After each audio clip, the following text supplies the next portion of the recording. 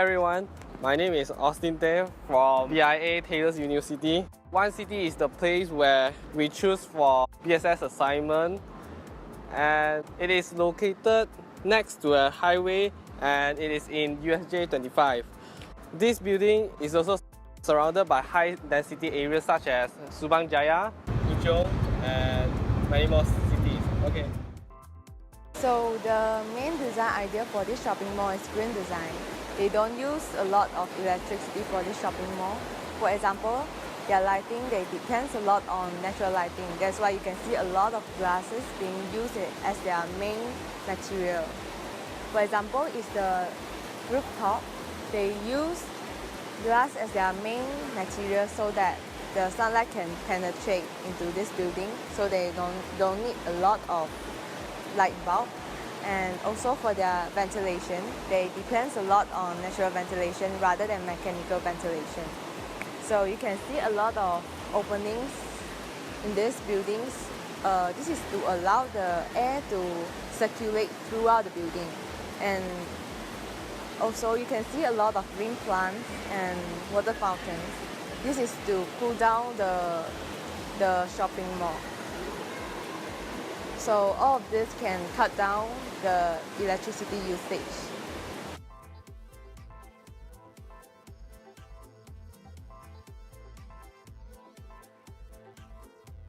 So the main attraction of One City is the Sky Park. The Sky Park outstands the neighborhood of USJ, Putra Heights, and even Puchong. As you can see that the roof is made of transparent glass, which provides an overwhelming experience of walking on glass with 12 floors visible below 1 feet. Yeah, that's all for the introduction part. Ta-da! First of all, I would like to talk about the natural lighting that is provided by the skylight in One City. As you all can see, the natural lighting penetrates into the building and it provides thermal comfort into the whole building. Natural lighting is the controlled emission of natural light dash or direct sunlight and diffuse skylight into a building to reduce electrical usage and save energy costs. By daylighting helps to create a visually stimulating and productive environment for building occupants.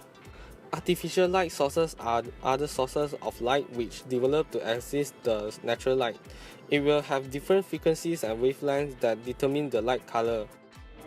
Okay, so I'm doing air conditioning system, and now I'll explain about how the air conditioning system in this shopping mall. The central air conditioning system has an indoor unit and an outdoor unit. So this is the indoor unit of the air conditioning system. Inside this unit is the furnace and the evaporating coils. Beside this unit is the piping to transport the refrigerant gas, which is the gas to transport away the heat from the building to outside of the building. So, what you see now is the outdoor unit of the central air conditioning system. This unit contains a condenser coil, a compressor, and a blower. So, I'm going to talk about the water systems. As you can see that there are a lot of water fountains found in the interior space of One City. When the sunlight shines into the interior, the water fountain helps to absorb the heat and make the building cooler. Inside the pond, it has a filtration system which aims to filter the water and make sure the pond is clean, because One City is an open air space which allows dust to flow through.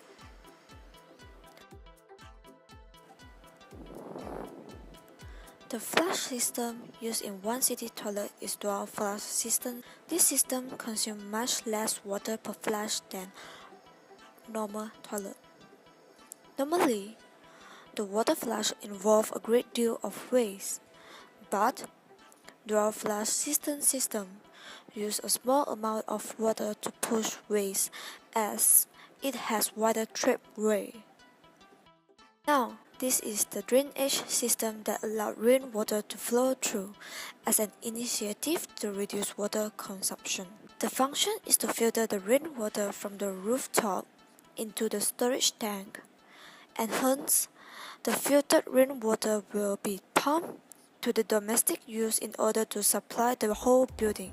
Hi, my name is Kang Yi and I'll be talking about fire protection in this building. So there's two types of fire protection, one being active and the other one being passive.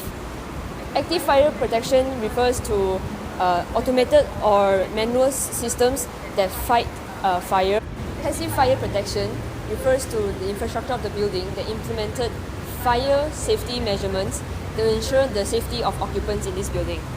Passive fire protection, the fire exits and the emergency staircase are part of it.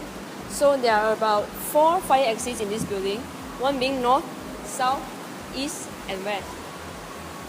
So the fire extinguisher and the hose reel are used to fight fire at an early stage. Fire sprinklers are activated when there's a specific rise of temperature in the space. The manual call point, also the fire alarm, is used to alert the occupants in the building about the outbreak of a fire. The emergency staircase transports the occupants from the higher floors to the lower floors during a fire outbreak. And sometimes a firefighting lift can be used as an extra evacuation transport. The type of elevators this building uses is traction elevator, which is electric. The counterweight is attached to opposite ends of hoist ropes. The hoist rope passes over the motor that raises and lowers the car.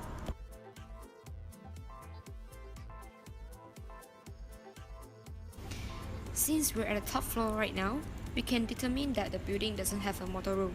In this case, during our research, we found that the lift without a motor room is called MRL, which means machine roomless elevator. What I've noticed about the elevators in the mall throughout the whole site visit process is that there were no hand railings located in the elevator lifts.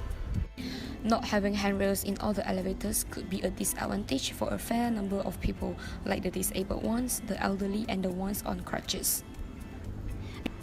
It also protects people when there's free fall happens in the elevators. Hello, I'm Lulu. Today I talk about the air ventilation. In this building, apply the two types of the ventilation. The first one is cross ventilation. The second one is stack ventilation.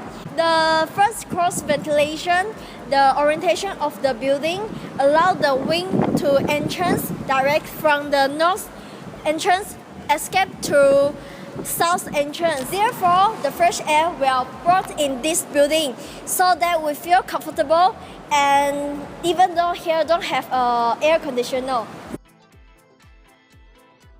The stack ventilation, the air driven to the building by the vertical pressure. The problem I have noticed we feel the heat at the higher floor is because the hot air rises.